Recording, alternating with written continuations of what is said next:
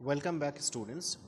This is the chapter Nelson Mandela, and I have completed up to this page in the first part. And now, today, I'm going to start for the second part, and after that portion, I will continue and cover the total portion of this chapter. Let's start. In this picture, you can see the many great eminent personalities are there. Who these personalities were? These personalities were such a great height of characters that they fought against the apartheid system. It was a very bad racial discrimination that was going on in South Africa, and people like that fought against this apartheid system, and so they were called extraordinary. They are called with the extraordinary courage, wisdom, and generosity that their like may never be known again. Perhaps it required such depth of operation to create such heights of character. Means they have tolerated too much extortion and tortures by the British people, and after that they become the character of such a height. And here, after that, you can see the country is rich in the mineral. My country is rich in the minerals and gems. It was a great expectation by the new upcoming president, that was Nelson Mandela. He was telling that it was obvious that his country was full of gems and minerals, but the real gems and minerals were those personality who brought the cherished freedom which they had desired for a long time. I have always known that its greatest wealth is its people, finer and truer than the purest diamonds. And the people of South Africa who fought against the apartheid system and brought the freedom also and sacrificed their life and shed their blood, these are the people of the purest diamonds.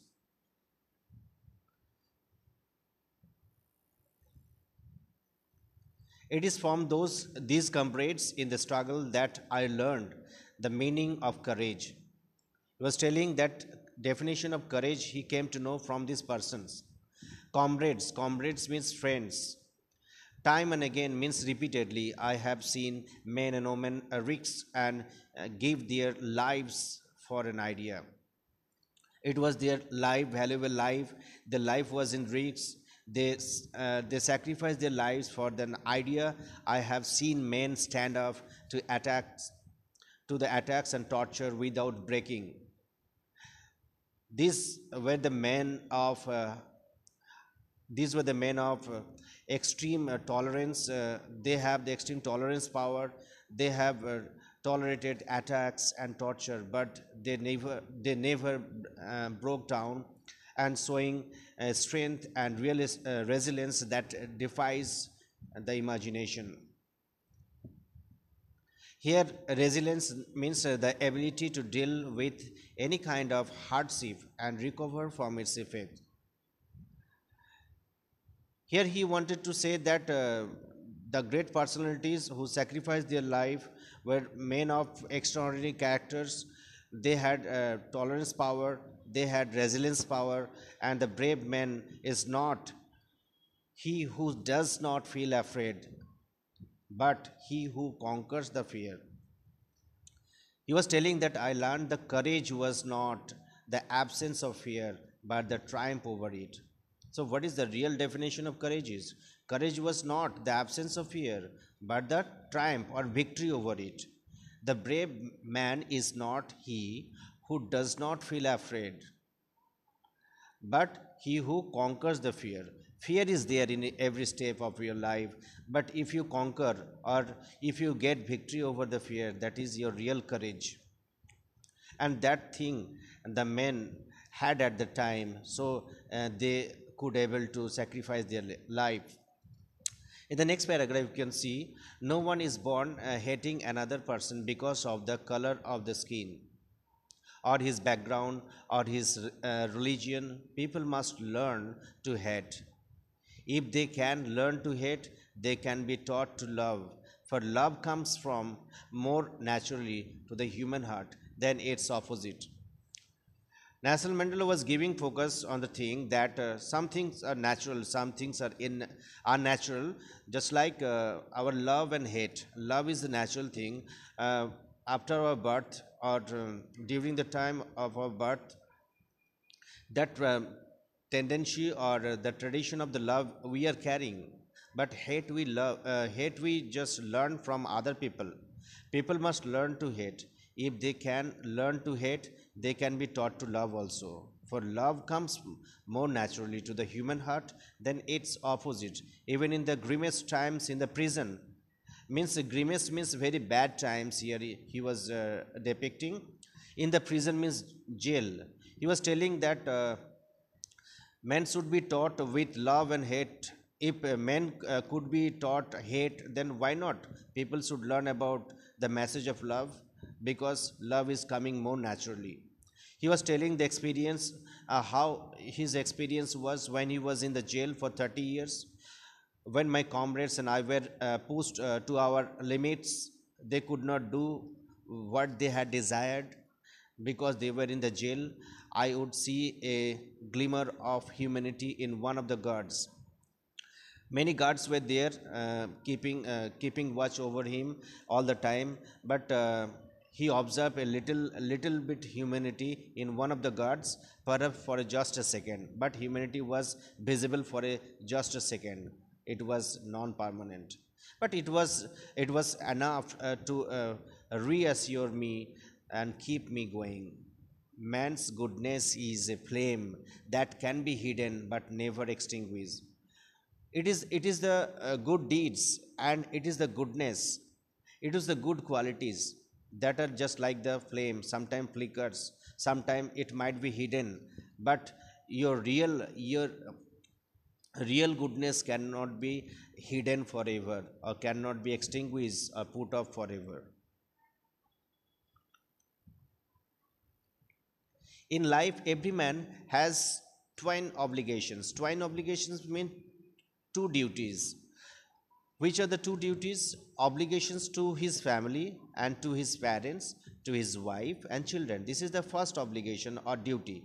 And what is more, the second duty, he has an obligation to his people also, to his community, to his country. That is the second duty. Second duty is for the people, for the community, and for the country.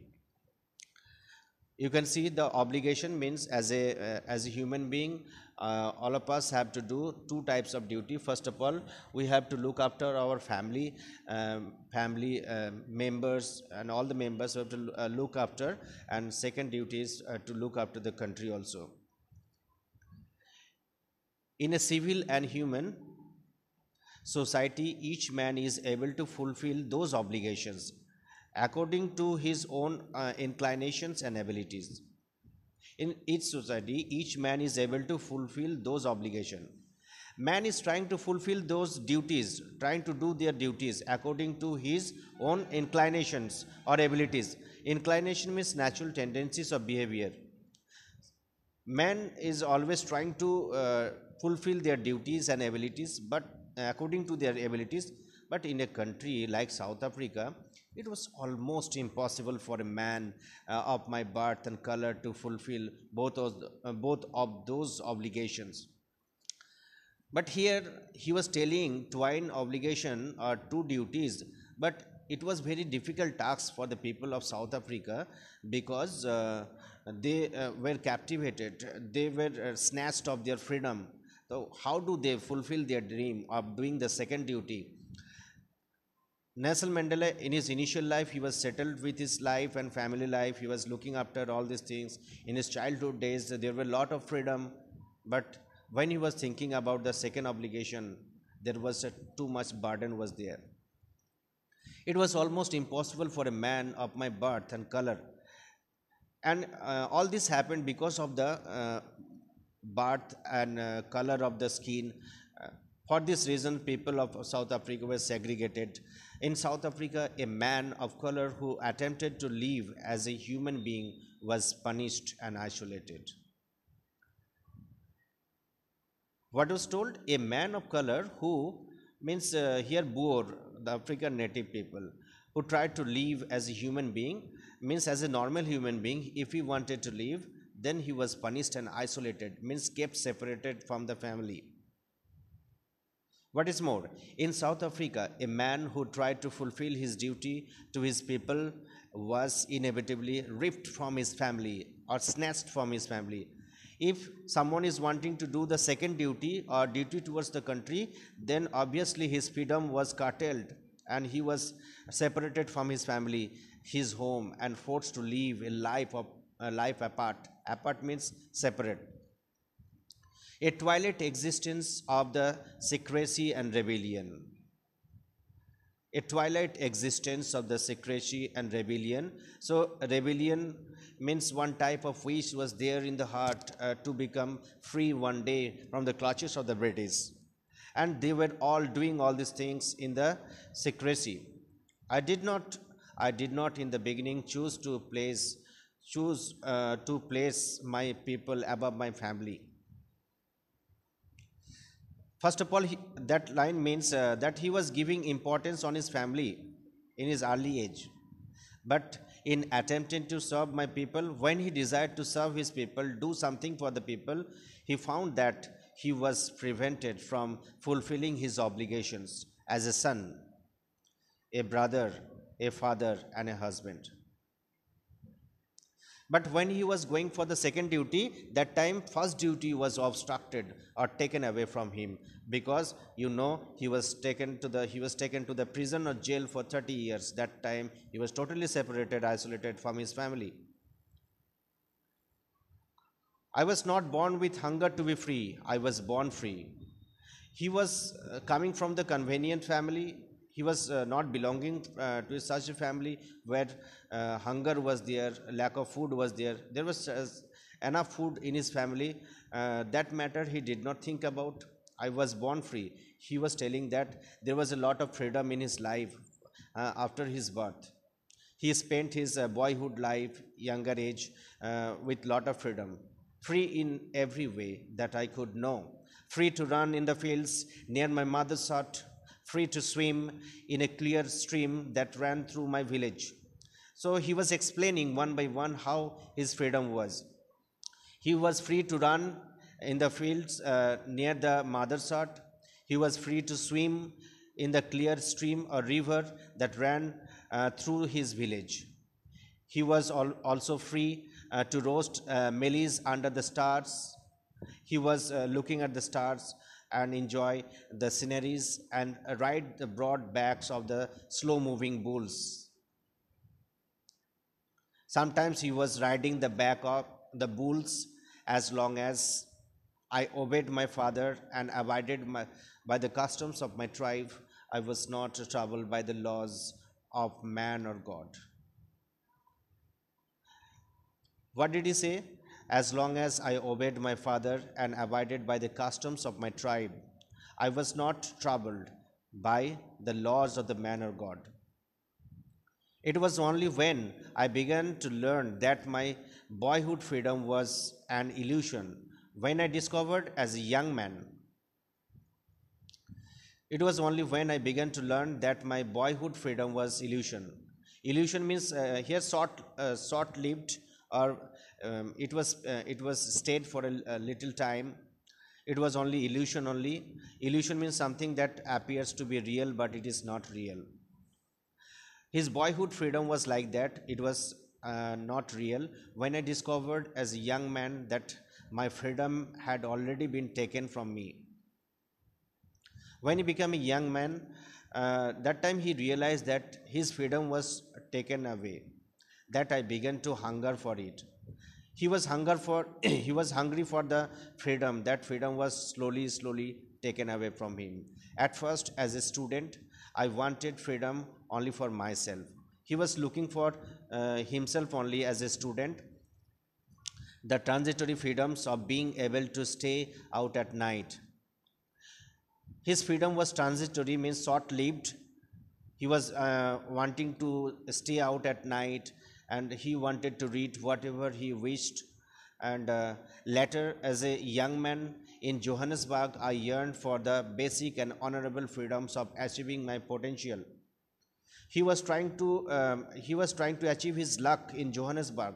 He tried to be settled in Johannesburg, um, uh, and by making a job also, of marrying and having a family. He wanted to do a job, he wanted to marry and have a satisfied family. The freedom not to be obstructed in a lawful life. The freedom not to be obstructed in a lawful life. First of all, he wanted to tell that his life was very much lawful in the previous way, but later, when he joined the African National Congress and he became the freedom fighter, that all his activities become unlawful. When But then I slowly saw that not only was I not free, but my brothers and sisters were not free. Here, brothers and sisters means countrymen. Countrymen was also not free.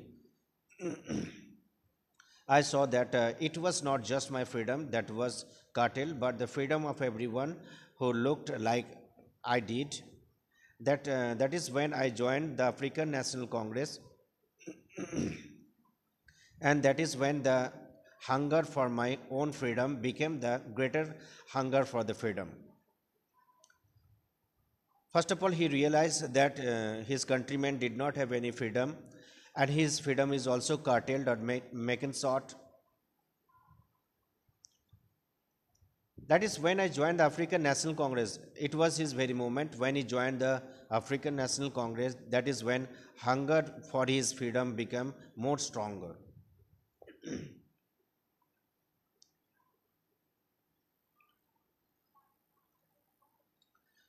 It was this desire for the freedom of my people to live their lives with the dignity and self respect that animated my life.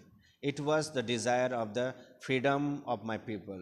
He was wanting the freedom for his country, for his people to live their lives. Actually, people wanted to live their lives sociably, with lot of freedom and dignity and self-respect that the people of Africa was needed at the time. That transformed a frightened young man into a bold one. When his back was touched on the wall, that time he became ferocious, and he was not thinking backward, he was thinking forward how to get freedom anyhow, because people need all these things. That drove a law abiding attorney to become a criminal. First of all, he was maintaining the law, he was an attorney, but later he became a criminal in the eyes of the British. That turned a family loving husband into a man without a home, that forced a life loving man to live like a monk.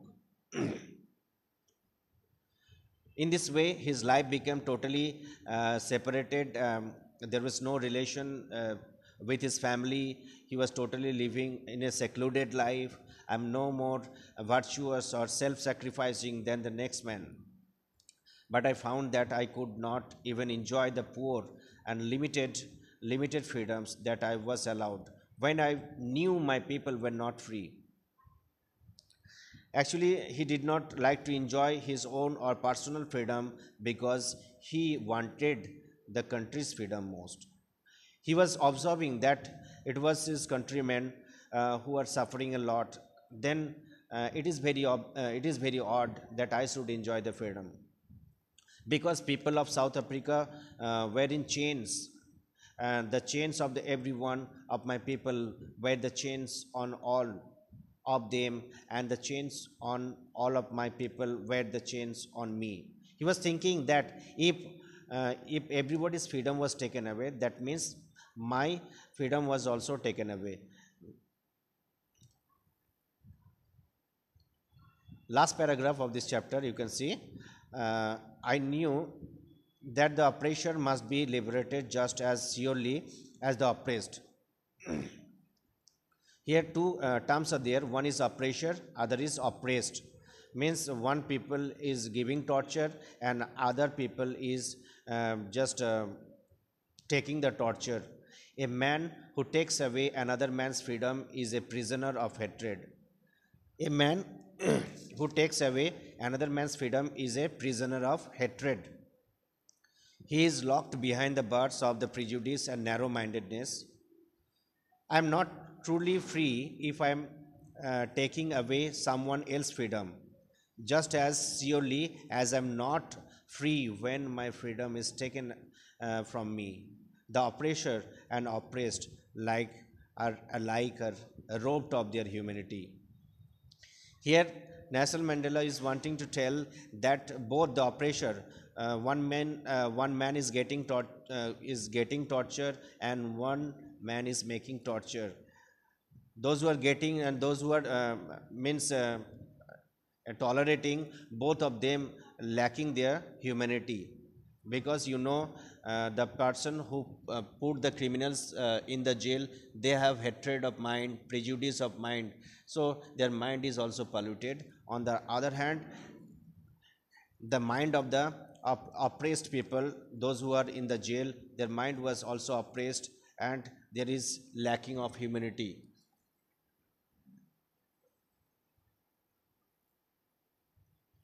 In this way, the different questions have been given.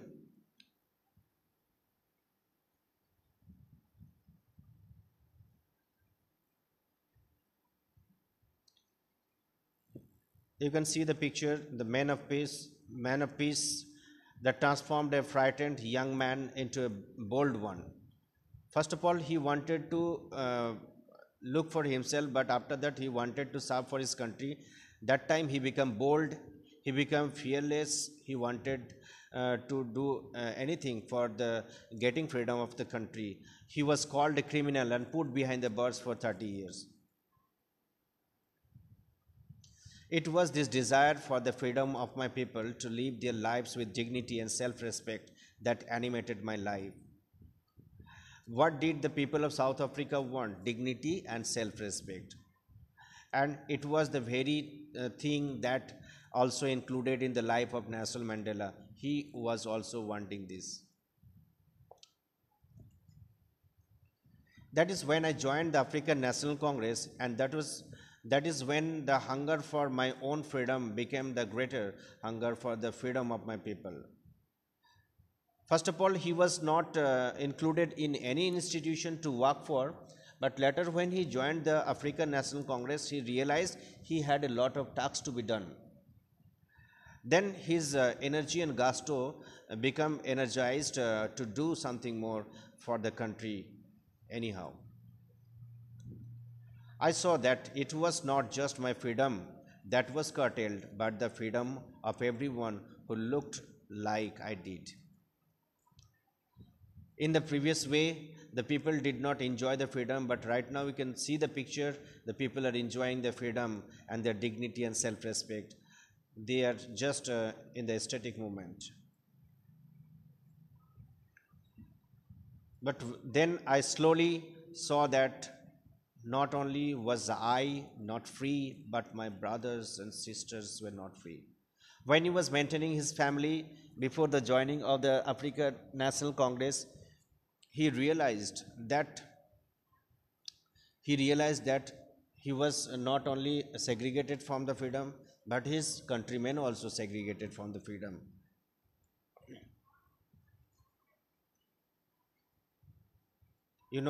For his lifelong contribution also, Nelson Mandela got Nobel Peace Prize. Later, as a young man in Johannesburg was a place he wanted to make his dream come true, like settle his career, making a job, making family, maintaining all this. But all his dream frustrated when he joined the African National Congress.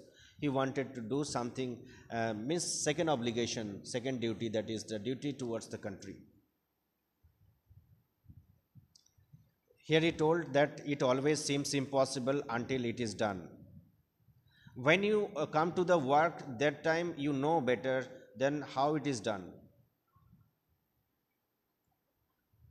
At first, as a student, I wanted freedom only for myself. The transitory freedoms of being able to stay out at night, read what I pleased, and go where I chose. This was his freedom. He was expressing his freedom in the various ways, from the childhood, going here and there, swimming, and just riding the back of the bulls. In this way, his freedom was more cherished.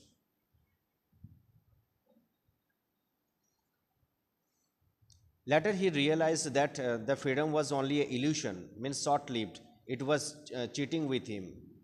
And he discovered that as a young man, my freedom had already been taken from me, that I began to hunger for it. And he was feeling little bit appetite for the freedom because he was hungry. As long as I obeyed my father and abided by the customs of my tribe, I was not troubled by the laws of man or God. First of all, he was paying respect to his father.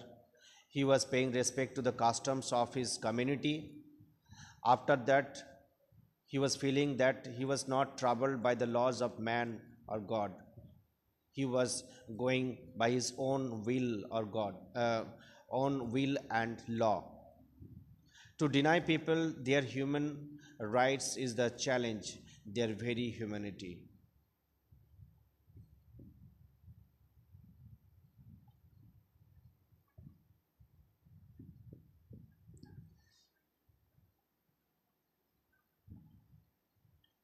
I was not born with hunger to be free. I was born free, free in every way that I could know. It was a very fantastic, important line. You can note it down. Because here he was telling that he was coming from a sophisticated family and there was no such a hunger in his family, no food shortage was there.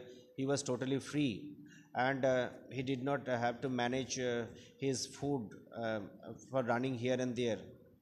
Free in every way that I could know. He was totally free. Now, dear students, this chapter has been completed, the part 2, and in my next video, I will come with another topic, another chapter. Till then, goodbye to all of you.